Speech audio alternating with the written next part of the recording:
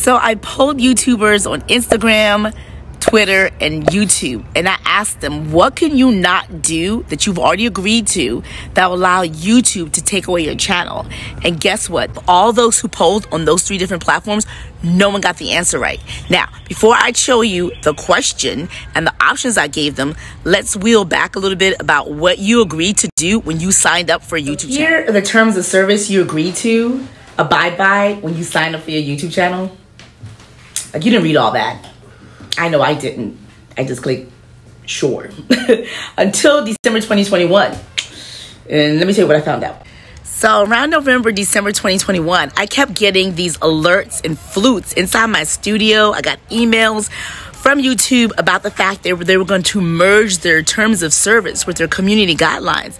So I would click it off, bat away the alert, like essentially ignore it. To one day, you know, because I have a legal background, I said, let me look into this. It might be important because they really want our attention on this. And I'm glad I did, because this is what I found out. First, what's the difference between terms of service and community guidelines? Terms of service, really quick, terms of service and community guidelines are 2 different things, right? You probably heard the terms before.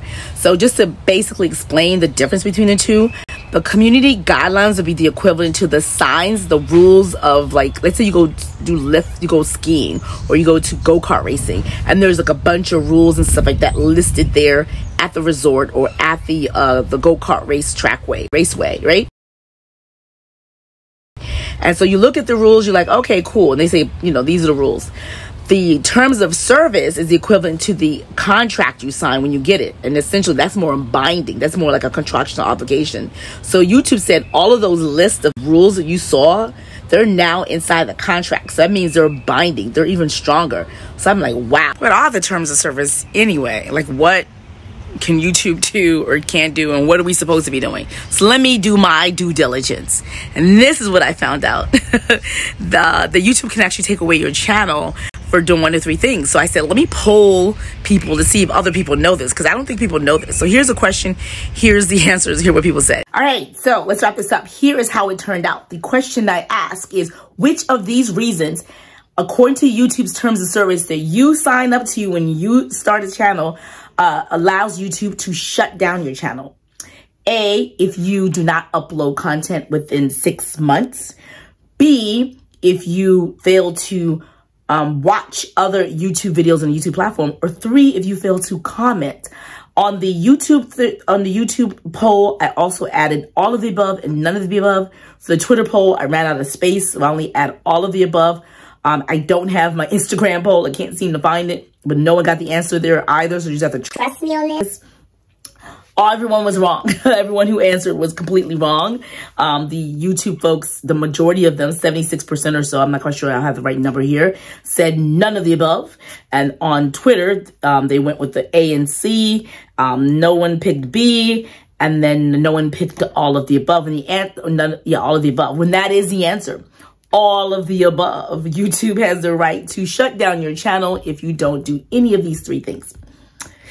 So what does that tell you? Most likely, they're not going to do that. They're not shutting down people's channels for that. And I'm not even quite sure in the history of YouTube if they've done it. I am not a conspiracy theorist, so I would not say that if YouTube had wanted to shut down your channel and they didn't have a legitimate reason, that they could use one of those 3 reasons that they applied to shut down your channel because you did agree to it in your terms of service.